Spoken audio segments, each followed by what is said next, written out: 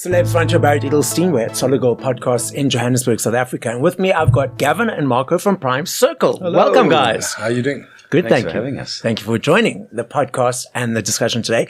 So, Marco, starting off with you, specifically you, at what age did you feel cool? You want to be in this music world, creative world, and how did that journey progress? Man, it's from a young age, from very, very young. I remember doing interviews on radio, probably, a good 6 or 7 years into Prime Circle, where people would phone into the station, and it'd be an old school teacher saying, I remember I was your teacher in grade 3, and I remember you telling me that I don't want to study because I'm going to be a musician, so as far back as I can remember, it's always something I wanted to do, and it's always something I wanted to persevere. And my dad is a musician, and I think that's what got the whole ball rolling, In the blood. So I used to go to his shows, and I used to sit on the side, and I used to sit there watching, this band jamming, and every time they took a break, then I'd go sit behind the drum kit and think I was cool. But from a young age, man, this has been in the blood from a very young age.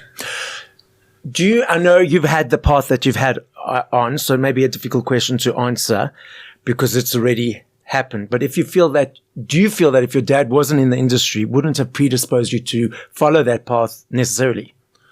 I think by him being in the industry, it exposed me to know what I like. I think it would have come around at some point. Okay. I just think, by being there right in front of me, this is what I want to do.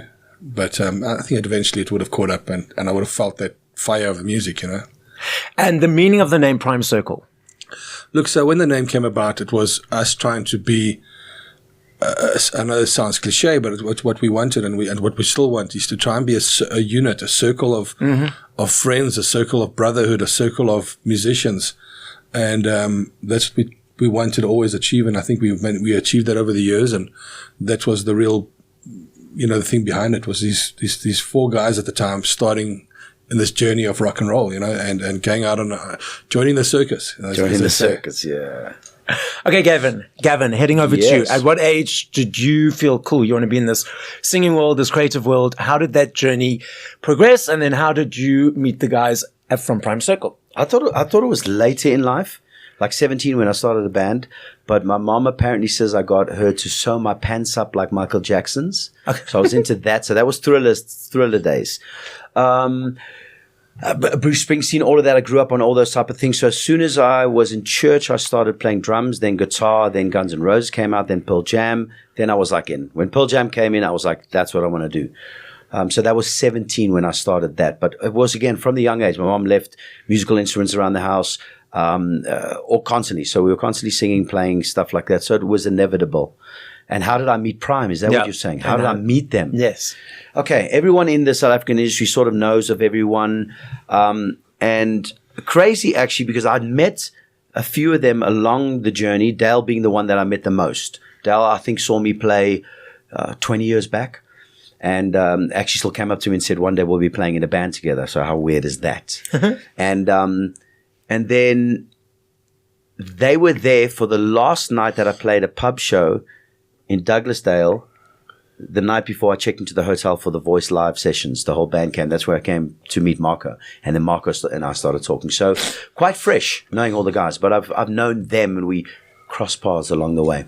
So did you do The Voice? I did The Voice, yeah. So tell us about that experience. Probably the best experience of my life. Okay. I've learned a lot of different lessons from Brian McFadden from Westlife saw us in Sun City and flew us overseas, and I learned a lot from him.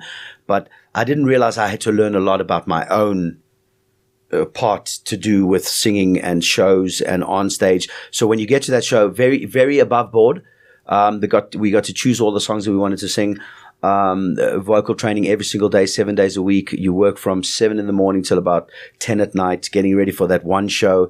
The peer pressure, everything. There's so much that went into it that by the time you leave there, you're versed in all of it, from press to TV to how to handle an interview, singing wise, how to compose yourself, dress, everything. So it was probably the best thing I could have done to get prepared for this stage. That's how I look at it.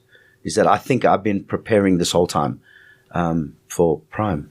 Prime. Yeah. You're in your prime. I'm in my prime now. I had to go there. So now, tell me, at the time of The Voice and pre to joining Prime, were you in another band or were you singing solo stuff? I was singing solo. Okay. So back when I was 17, the band was Allegory, which changed then to Franklin. Then we went overseas.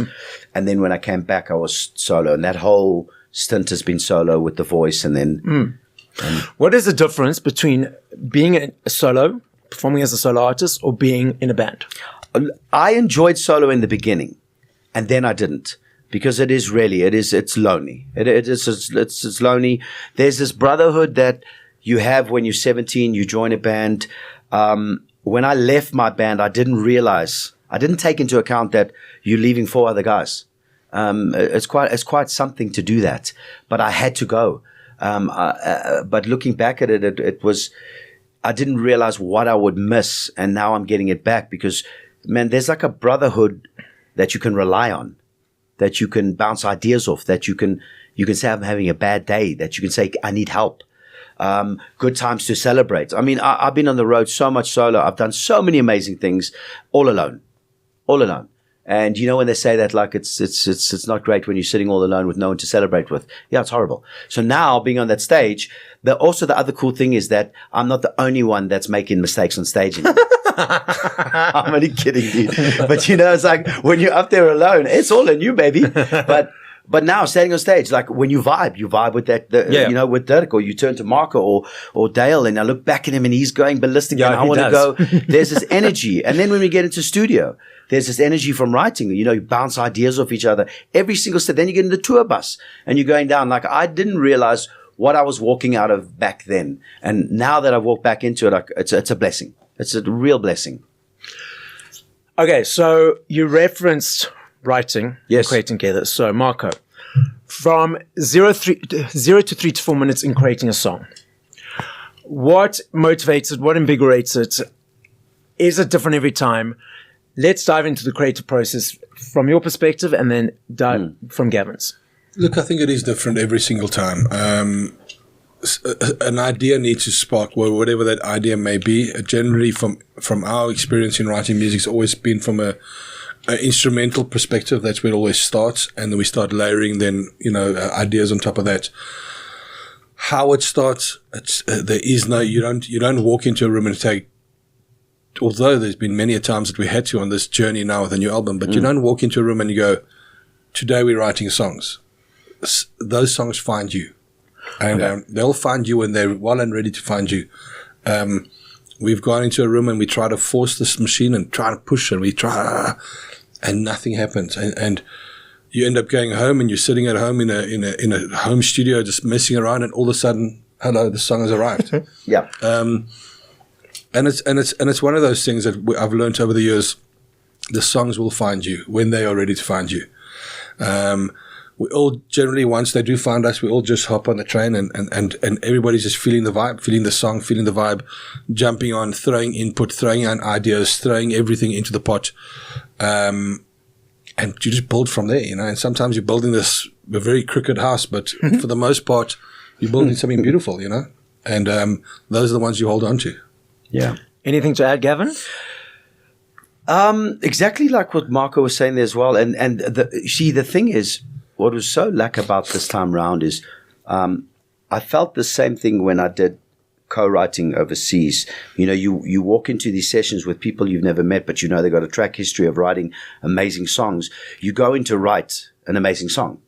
You don't really know the people, and but where that helps with is that it's all about the song. That's what happened on this time round as well. Like, there's 5 guys here, and 5 guys have got feelings. So as soon as someone says your line is terrible, you know what I mean? That it can hit you here. But we all know now, because these guys have been writing songs forever, amazing songs.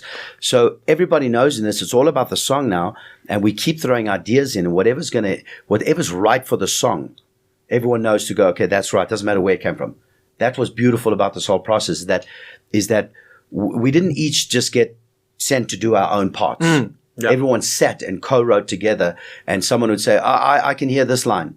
And it's like, sorry, dude, you're the drummer. You don't come up with lyrics. Nothing like that. This was about the songs, all about the songs. And everyone was putting into the melting pot, and everyone also was putting their ideas in and having them thrown back, and that's tough because you want your idea to be a great one. But everyone is like, it's not about who comes up with what. It's about 5 guys collectively, like they did when they were 17, writing a beautiful piece of work. And that's what all we wanted to do was from beginning to end. That's hence why it started as an EP and ended up an album, because we couldn't stop writing. Marco and I would get to his house at 12 at night. We're tired. We've been in the studio the whole day. And he's like, do you want to go to the studio? I'm like, no. And then he's like, let's go. And I'm like, of course I do. And then the next thing we leave with the beginning of a song. And that turns out to be what we got. So just like that. So we got on this buzz. We were like, we are not stopping creative juices flowing when we all got together. And it was beautiful because Mark and I have spoken about this. That's how we're gonna go right in the future. Is constantly throw the 5 of us in a room and just say, just create. Look, I think it's very important, and I say this from experience. You can put 5 guys in a room and say, well, there we go, write music, and you can put these 5 guys in the most beautiful setting. But sometimes you're not going to get it. Yeah. If the energy is not right. Amongst each other, you can be in paradise, and that's just not going to make a difference. Yeah. But you can take the same 5 guys and put them in a dodgy garage, and the mood is right, and the feeling's right, and the hunger is there. You're going to write amazing music, you know. But it's all about the headspace you're in, and it's all about what are you trying to achieve.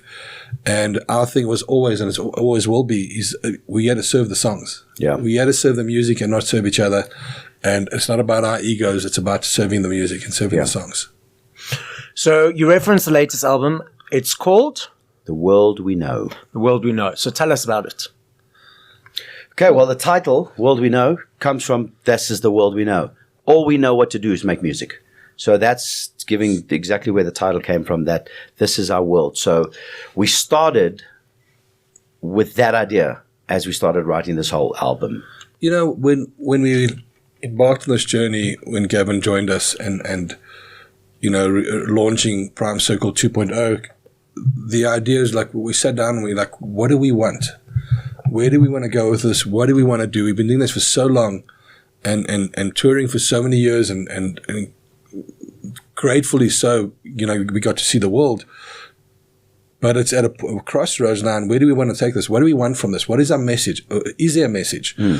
And the biggest thing the common denominator that we all came back was this is all we know. This is That's all we know. You know, to go and what do we start doing now? Start something else? We only know music. This is what we know, and we know it too well. And this is the world we know. And makes sense. And that's where the title of the album came about, is this is the world we know, you know? And it started spilling over to some of the songs, like Better Days. I mean, we're always trying to thrive for better days in the music industry. You know, what do you do it for? You do it for, hopefully one day there's a pot at the end of the rainbow, you know? That's why you do it. Otherwise you're wasting your time. So that was, you know, so everything related to the album was based on what we were feeling as middle-aged guys in a rock band that's done it for so long. What are we really feeling? What is the message we're trying to get across? And I think in these 10 tracks that we've laid down, there's a lot of messages going on inside there of how we're feeling, of how we felt as well going through it. Yeah, and for the most part, very positive messages. You know, we had the one track on the album that was sort of the I wouldn't say negative, but the ballad that wasn't positive, let's put it that way. And we ended up rewriting that song about 5 times just to try and say, is the message we're trying to get across right? Yeah.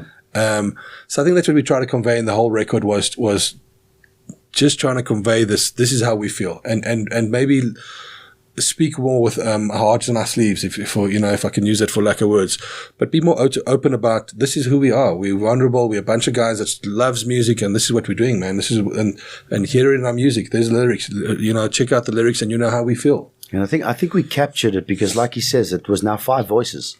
That was the nicest part, was that 5 of us were feeling a certain way, and you'll hear the album that comes across in the songs, that message that we were trying to say about this world we know, which again it was 5 voices, which was for me a first. It was amazing. Okay, I'm diving into this because it's somehow brought through in what you were saying. So I'm not sure if you guys are aware of NLP, neuro-linguistic programming. Okay. So that's the way people process information. Yeah. Part of that is an aspect of processing. So something kicks into each of us at a young age that allows us to be dominant in one, secondary in another, and tertiary in another. Okay. Dominant means that we'll be in it for most of the day. Secondary means we'll be in it maybe a couple of hours. Tertiary maybe half an hour, if at all. Now, there are three of them, as I mentioned. There's visual. So people who are visual, they create pictures. So as a visual person will hear me talking, they're creating pictures in their mind in the way that that's the way they process. Auditory people, it's about all the audio information. So it's about hearing the word, understanding the word, putting the word into the sentence, understanding the sentence, putting the sentence into a paragraph and so forth. So it's all around the audio elements. They do not see pictures. Kinesthetic people, I'll do that word again, kinesthetic. Now they process information through a number of sort of unseen things, body language, tone of voice, energy, feeling, emotion. So they need the entire communication to flow through, and then they process the information based on all those elements. Now asking each of you specifically around music, because it'll be different in different parts of your life potentially. Specifically in music, when you hear a song of your own or by another artist, Marco first, are you hearing the words? Are you creating a picture, or is it about the feeling? I think it's definitely about the feeling. Within the first 4 bars of a song, it'll generate a feeling, and that feeling will, I would already have a visual or mental or a feeling of where the song is and what it's doing for me within the first 4 bars. Okay. So it's definitely the lyrics will be an added bonus, but that, like I said, the musical side of things, that's where I get the feel from. And obviously when it's not a song of your own because you've written the lyrics, but when you're listening to a song of another artist, you don't hear the words first. You get the feeling first, and then you have to hear the words, correct? The words will definitely come secondary for me. Yeah. For me, definitely the words will come secondary, and that'll be just like a sort of a massive added bonus because the lyrics are great. Okay. But like I say, sometimes you musically, if it's not sounding great, you can have the most beautiful words ever. You know how I sort of look at it? Sometimes when you're reading lyrics and you go, they're cool, they're average, they're nice. But you take the same lyrics and you put them in a beautiful song, a beautiful melody, a beautiful line, a keyboard, piano, whatever line, all of a sudden those lyrics sound different. Now, they give you a different feeling now all of a sudden. Now all of a sudden those lyrics are sweet now, So that's the way I sort of, my outlook on music. And you, Gavin, similar? Same way. That's why I used to struggle with lyrics, learning them, because I'd listen to them like a month later. I'm all melody. Melodies catch me.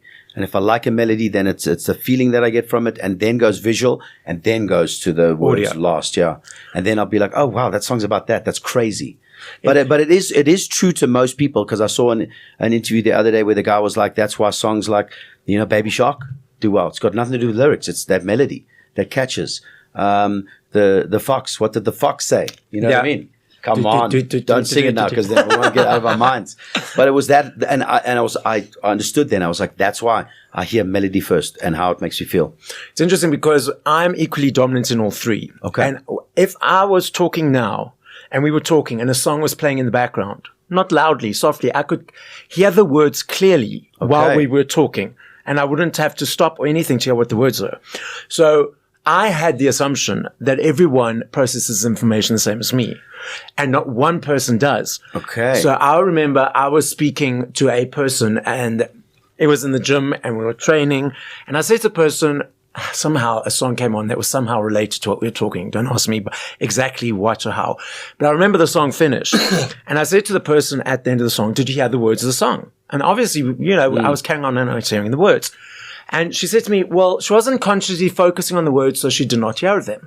And I was like, what are you talking about? Why do you have to consciously focus on the words? Okay. Because for me, song comes on, I hear the words. Obviously, if it's in a different language or if it's very quickly or that, it takes me a moment to hear. That was just me wandering off. Okay, I do that as well. So I have that, but not necessarily with lyrics. I have that with music. In many, many, many occasions, we would be whatever at an airport or whatever, and in the distance that nobody could hear something, but the side of my brain sort of triggers, and then but I'm hearing the sound clearly. I'm hearing the whole overall picture. Peripheral. Yeah. And I'll say to my wife or something, oh, I love that song. She goes, where? What? Yeah. But I can hear it perfectly fine. Yeah. In what I'm doing, in what I'm busy with, booking, checking bags or whatever the scenario may be. So I hear what you're saying with that, but for me, it's about, again. No. There's got to be a fourth one in that category that musos have. I'm telling you, because you can. I don't know if you, Marco, if you've got this, but I've got it. So I have to play a beat to everything, like an indicator. If he has to put on, like if I'm driving and then you put a tick tock tick tock, then I'm like tick tock tick on the back of it. So every rhythmic thing that I hear that's a beat, I do the opposite rhythmic to it. Do you ever get that? So my foot as well. That's why my feet always tap. It's because somewhere I'm hearing, like you're saying, hearing a song, and then it'll be tick, tick, and my wife will be like, "Stop tapping." But that's got to do with kinesthetic, but it's because it's the body language, the tone of voice, and the energy. So that's what's causing, allowing, not causing, allowing. Just out of interest, what is most people? Everyone's different. Everyone's different. It's very seldom that you find someone that's equally dominant in all three. I'm an alien because I will literally switch from one to the next, to the next, to the next. And it used to cause a whole lot of confusion in my brain.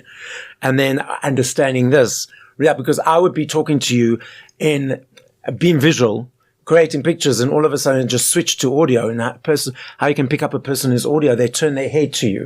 So they're receiving the information in their ears. And I would be switch.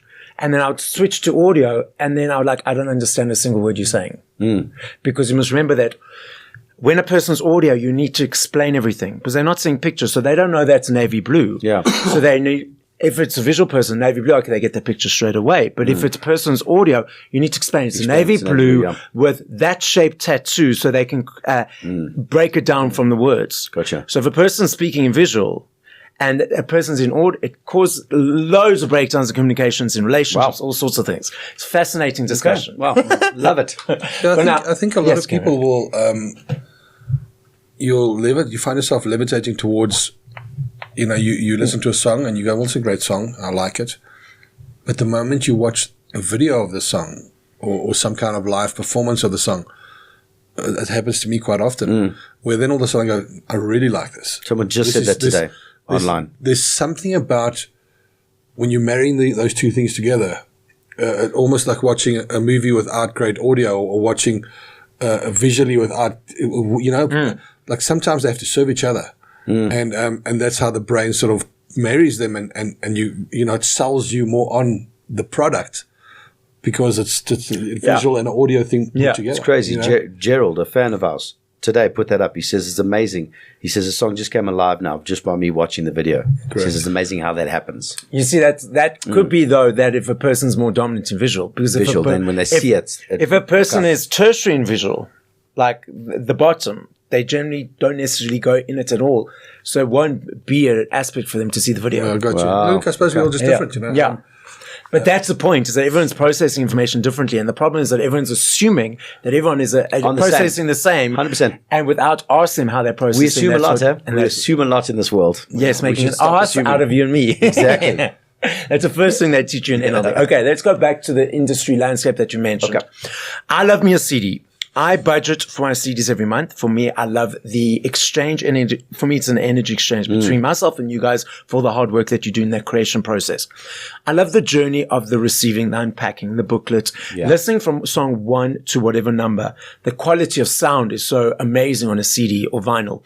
I'm not sure if you're aware, physicals are on a massive comeback. Last year alone in the UK, 5.9 million sales of vinyls, the biggest since 1990. Wow. In Asia, they just reopened up a vinyl factory that had been closed for 50 years. Wow. In the UK, there's a basket of products. This has been in multiple articles since the beginning of the year. There's a basket of products that they gauge exchanges for tax purposes.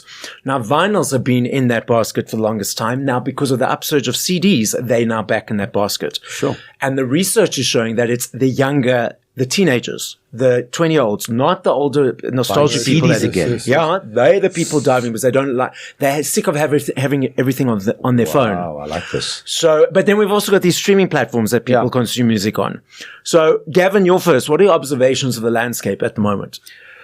I find it very hard. I come from the era where I used to open up a booklet of Pearl Jams and see Eddie Vedder's handwriting and then go from song 1 to song 10. And by the end of it, I know where he's at, if he's divorced or not, or if he's all of that. Like I knew his life. Even if it was made up, in my head, I'm on a journey with Eddie Vedder from the beginning to the end. I also like the whole physical part of it, like then when being an artist to basically sell one and then sign it. It was the exchange, like you said, felt like this hard work that we did, we get to give it to you now, and it felt like this amazing thank you. We've sold another album. And then even when you looked at the charts and they said, oh, they've sold, 100,000 albums, they're going to get a plaque and all of that. It's almost like that has been stripped away and it's become very impersonal. Is that a word? Impersonal. Yes. And it's just like it's on there and you can search for it. Whatever I want to search for now, I just put in that person's name and then it's up and then I press play. There's nothing. There's no feeling. There's no wanting to get it. There's no waiting for it. Yeah. Like the YouTube, what we got came out, the YouTube premiere, even that gets you excited because you got to wait 2 days. You're like, and there's all of that's gone. So this that you speak about, I hope that's on a comeback, because for bands it'd be great. Back to merchandise, back to selling at your gigs. This is the problem, is that we do a lot of shows. We do a lot of fans are coming to the shows, but you technically don't know if they're going home with an album or going to go download your full album. Are they going to listen to the full album? Because we want to get to playing the full album or most of the album on the live shows. Do they know only the single or the whole album? Because if they bought the whole album, which way do you buy it from now? You can't even buy it from iTunes, can you? Can you buy it still from iTunes? The singles? You just download it. Album, Yeah. So it's very different. I hope it comes back to being something that is physical to buy and to for artists, especially for artists. We need that. So before heading to Marco, so just interesting enough, in South Africa, for the overseas listeners, there aren't any places for us to buy. There's a random sort of niche vinyl shops. But in overseas, there are still HMVs, there's still Tower Records. In fact, last year, they originally had closed that major HMV store in Oxford. Last year, because of the upsurge of everything, they've now reopened it. That Linkin 5-story. Park's been doing actually giveaways, listening parties at all of them. Yeah. And I didn't realize they were all open, and they're doing listening parties with the LP at all of them. Yeah. Crazy. It's crazy. Marco, your observations? Look, it's you look at it from a business perspective as well. So it's a pro and a con, I would say. Pro being, you have the power now to get your album out around the world in one press of a button. And it's there. Somebody across the world can just go, search your name, press play, and listen to it. So I do think that that's a major plus. I think it's a major thing. In when we were starting out, you would have to find distributors in every territory. And then there was returns, and then there was this, and there was this. It became a very complicated situation. Yes, it was obviously giving a lot more people jobs, but it also was maybe the journey of this whole exciting thing. But it was not always easy getting your product out to these territories. So I think that's the pro. The con for me is, people aren't having that experience. Very little people. I think more maybe older generation, that experience of, I'm going to listen to this album from top to bottom. Very seldom that happens today. Yeah. People focus on singles. Where nowadays, in fact, even these digital platforms are showing you which is the singles, because it's marked there, and it's the one that you. So I'll just listen to these singles, because if iTunes says it's good, then it must be good. So let me listen to those singles. However, there could be other parts of the album that may resonate better with you, or more with you, or be more personalized to what you're going through. So people that sort of miss that. And another factor, I think, when we were still releasing product and getting it out to stores where it's been sold, not anybody could do that. You couldn't just record an album and get it out. Were those stores buying your product? And if they weren't, why weren't they? They weren't because maybe you weren't relevant, or your music wasn't good enough, or it wasn't on radio. So it had to make the artist work harder to work themselves up that line of getting the product out in in places where it can be sold. Where nowadays it's just, like I said, it's so much easier for anybody. And that's why there's millions and millions of artists out there on these social platforms and digital platforms, that it's easier for them to create music, which is great in a way, but it's also not in the way that so there's a pro and a con to everything. It's just, it's I don't know. You just got to go with times, I guess, I also think there needs to be an education process for the listeners, because a lot of the listeners who maybe buy an album now and then, they go to concerts, every now and then, they listen to whatever, they skip songs here and there. They don't know that the artists are being, and I'm going to say this, are being screwed over with the amount of per stream. So I was speaking to a group of people the other day, about 7 or 8 people. And I said to him, if an artist has had 100 million streams, how much do you think the artist got? And they all said, about 50 million. I said, take that to $1,000. Yeah. And they were all horrified. Yeah. The fact that how much, so there definitely needs to be an education piece that happens for the listeners, because they don't actually realize, they think you guys are scoring it with the streaming, which is not the case. Yeah. So there's definitely, and I think by more people speaking, like Snoop Dogg, there was that Snoop Dogg and Ray, the British singer Ray, they've all been speaking out more and more. I think the more artists who speak out. Yeah. But also the thing is that a lot of artists put on their socials like, we had 100,000, 100 million streams. Yeah. But I think there should be a caveat there saying, thank you for the opportunity of that, but please, but then there's the record labels breathing down on you. So there's this whole balance of communication that needs to happen. It's tough because, for instance, think about it. Like, to say you had a million streams on What We Got, the latest single. That's a million streams on What We Got. Besides the money you're going to get off that, the small amount, to have heard What We Got 10 years ago, you had to buy the full album.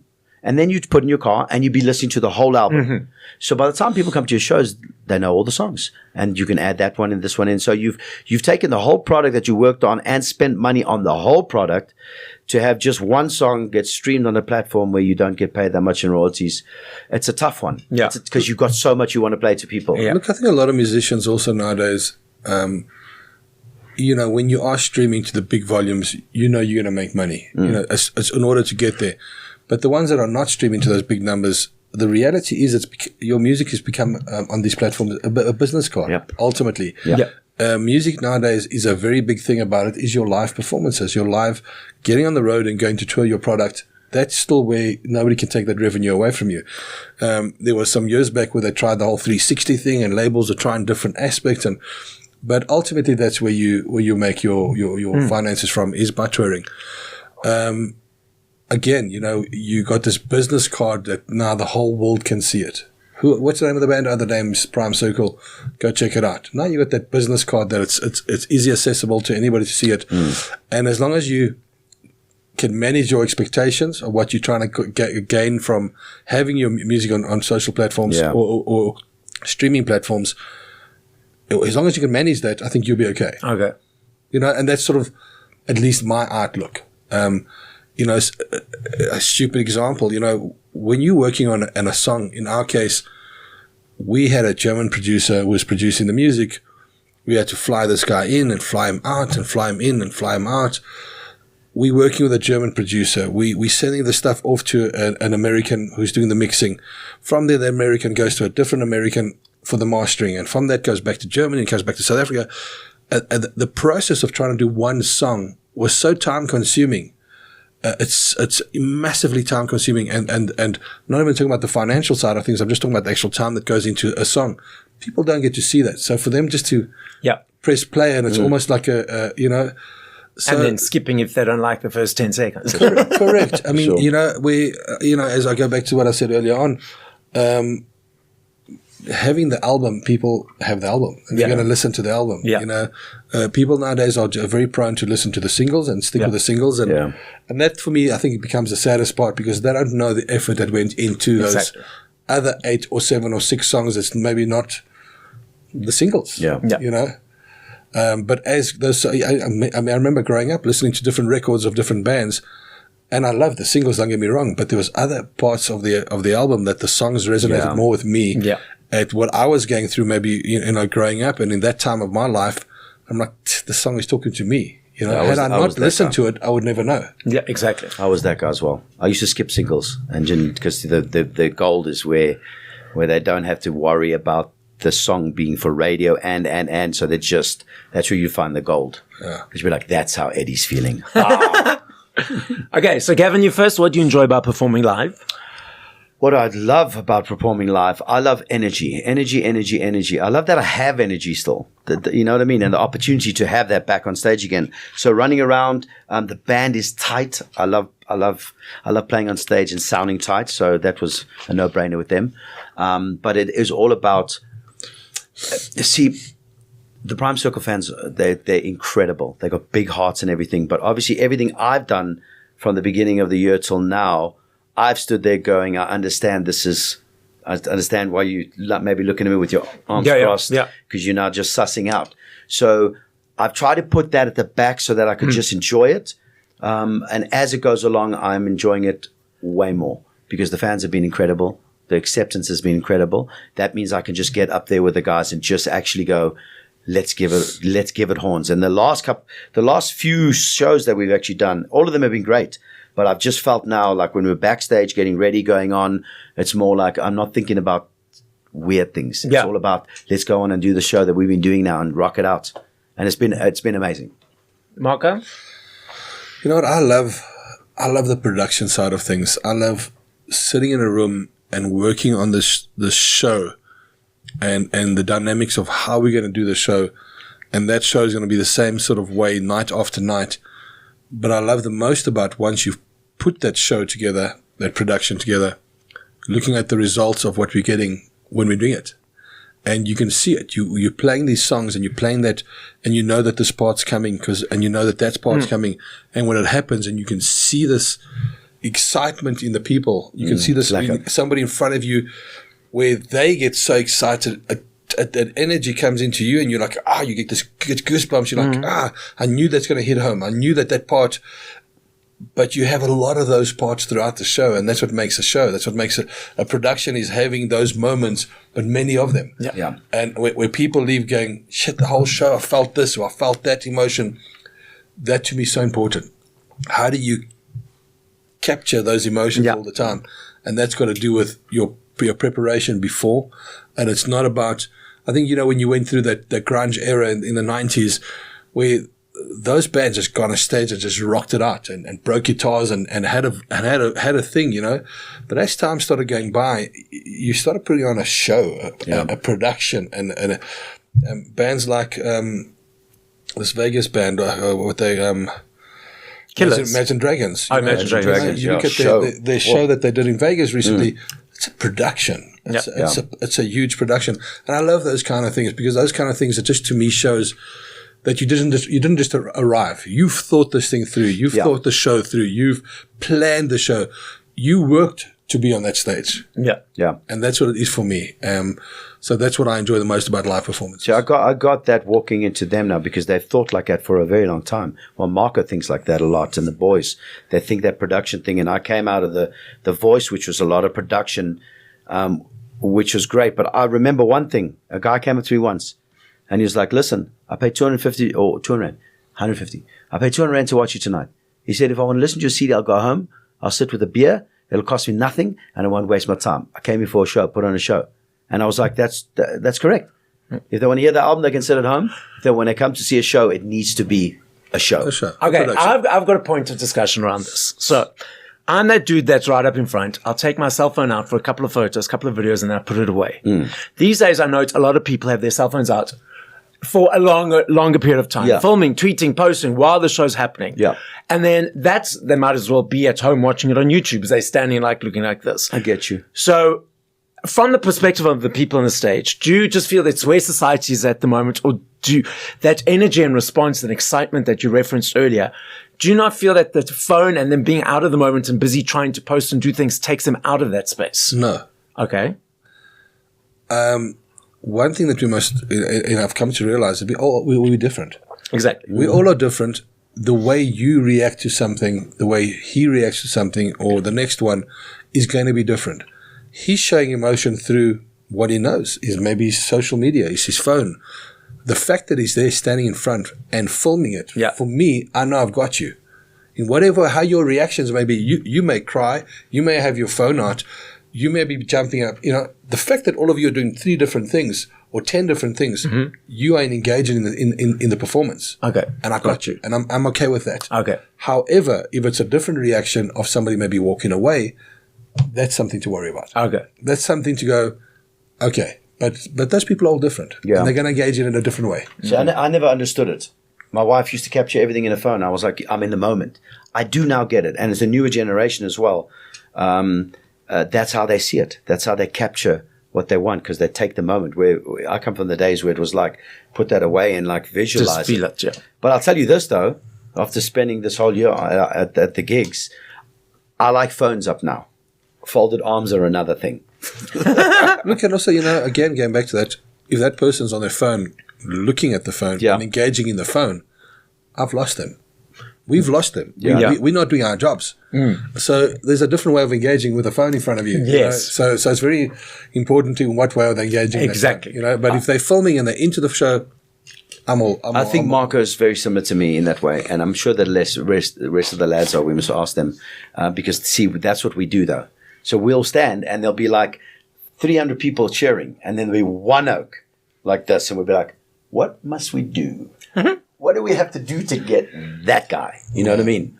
So it's interesting because I saw when Westlife were here last year. Yeah. So it was seated, but everyone was standing, and there obviously I was seated here, and this person was more in the middle, and he was literally texting the whole night. And Nikki said, Nikki's now doing podcasts as well, so he would have said something. Nikki says, "Dude, but in a joking way, not like attacking, but like an Irish way." He said, "Dude, do you want to actually be here because you're just texting the whole night, or do you want to be elsewhere?" And I think it's important also to make those people accountable to realize, listen, it's not all about the phone. Yeah, you've spent all this money. It's a tough one, though. I'm telling you, it's a tough one, though, because like Marco said, everyone's different. Exactly. I'm not even making this up. It's happened to me so many times, and a lot of times this year. I have seen faces that look like they do not like me, folded arms, and then an hour and a half later, I see them backstage. They're like, "Best thing I've ever seen in my life, changed my life." And I'm like, "Well, you should change your face," because the whole gig I'm looking at you going, "He's not liking it. He's not liking it." And afterwards, he's like, "Oh, every minute I couldn't even move." And I'm like, "Oh, is that what your face was like that?" So again, this guy, you haven't. Who knows? Yeah. But this is the thing, though. I get it. Like, I get what he's saying, though, but. Again, life has become so involved on our phones and in real time. That's what it's about, is real time. That for all we know, we don't know what this guy was going through. He's just figuring out that night the worst news on his phone, and he's just seated there, for instance. Like, it's so delicate. I've noticed this with the nights that we played this whole year. It's so delicate. You can't tell exactly what someone's thinking. Yeah. All you can do Never. is you do your job the best you can do, and you get off stage and you pray to God that was good enough. That's it. It's And really not assume. all in your control. That's all in your control. And I think we're naturally we designed in a way where any kind of negative is what's going to consume the positive. Yeah, exactly. And that's just how the human nature is designed. So you may have 50 comments and 80% of them are great. Yeah. But we focus on that 20%. Yeah. We focus on those 20% going, well, this and we're like, and you get, and I find myself doing that all the time, and I get frustrated with those comments. But what about the others? Yeah. The others took their time out to put one on a positive message or a positive this. Yeah. So I think that's just the way we designed, and I don't think we want to be that way. It's just is that way. To reprogram our brains. Yeah. So, Gavin, I love this game. You're going to have a chance to think, Marco.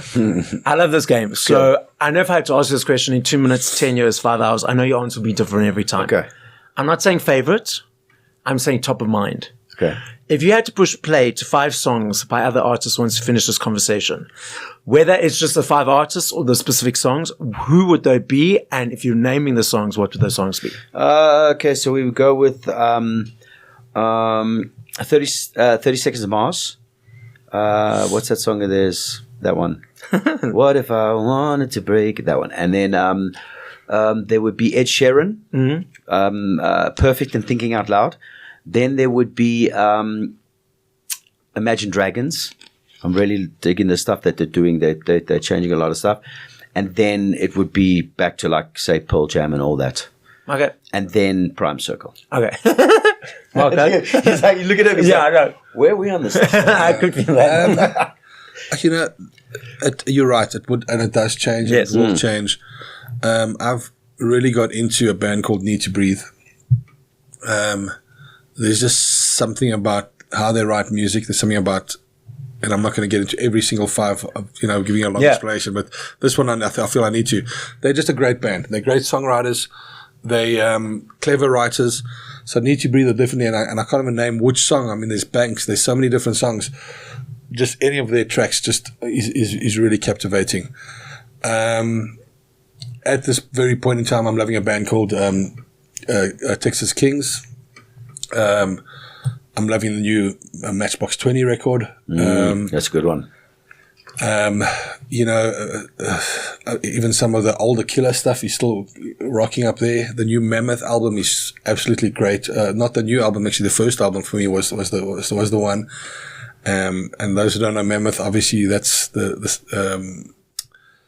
son of Eddie Van Halen. Okay. Crazy. Who's released an album, who's got an album out called Mammoth, or two albums. It's very good, actually. And it's just great old school rock and roll. It's just powerhouse rock and roll stuff, and I'm loving that as well, So I have a completely such a broad variety of sounds, but Very broad. correct.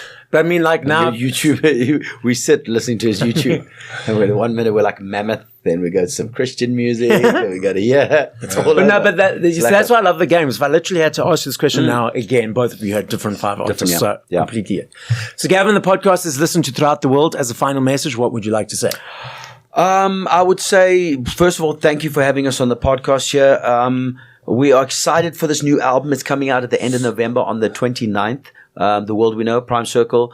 It's going to be amazing. Please download the whole album. Listen to the whole album. Let's go old school on this one, where we can actually listen to what we sat doing for 10 tracks. And then get on social media and let us know what you think of the podcast, of the album, of everything. So thank you. Marco? Yeah, again, thank you so much for having us on the show. It's been a very cool questions. Yeah. Very interesting. If any message for you guys out there is just strive to be the better version of yourself every single day. And life is short, man. Just be the best of you. And wake up every morning and saying, this is who I want to be. And hope it works out for you. So, guys, as Gavin and Marco say, listen to the music, listen to the full album, all 10 songs, and just strive to be your best every day. Wake up being your authentic self without any filters. Stand up, be present, rise up. And this is Celeb Savant signing out.